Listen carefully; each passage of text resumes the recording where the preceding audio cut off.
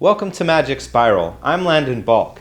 Today we're going to dive deeper into the 688 and we're going to try to make some sense out of the patching matrix of the Midistudio. It can be easy to be intimidated by looking at the control panel of the 688. There's a lot of features that were innovative for the time. Let's start with the input section. If you're familiar with how mixing consoles work, then this 10-channel mixer is pretty straightforward. Each row of faders corresponds to a channel or input. I'm going to enter 0, 1 to default the scene display, and in the assigned section there's a button for routing the input. The top row is our main, and the bottom row is dual. We'll come back to the dual mode.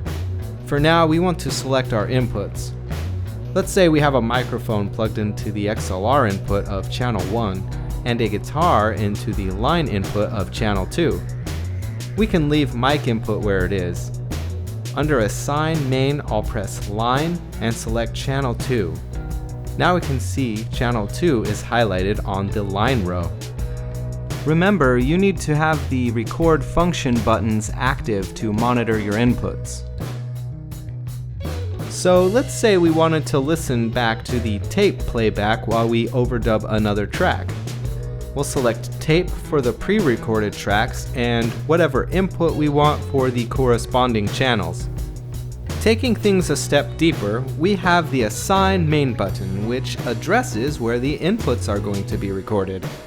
Let's say I want the microphone plugged into channel 1 to be recorded onto track 8 of the tape. I'll press Group 8 and Channel 1. I'll make sure that that's the only source routed to Group 8 unless I want to record more than one thing to that track. This can be handy for bouncing. What's confusing, however, is that there's a cue monitor. This is sort of a master control section.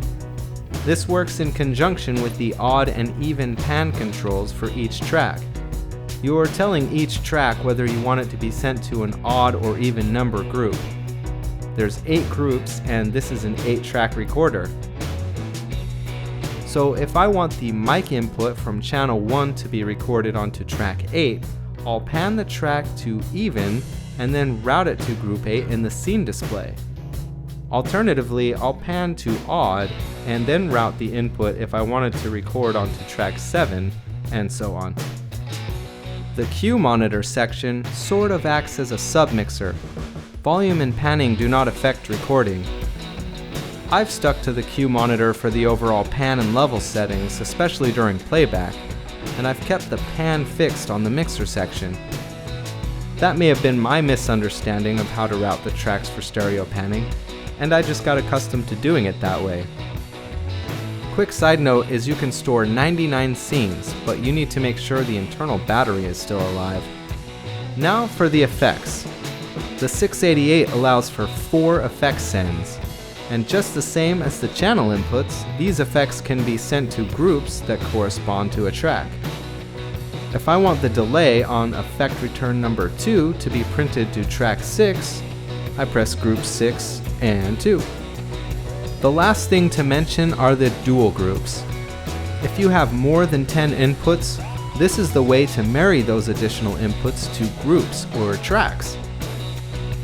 This effectively turns the 688 into a 20-channel console. Well, that about wraps it up for the 688. If you have a better idea about how the monitoring section works, or if there's anything I missed, please leave a comment. I will be selling the 688 because I'm going to be replacing it with the Tascam 238. It's a rack version. It's going to work a bit better with my setup. So again, thanks for watching. We'll see you next time.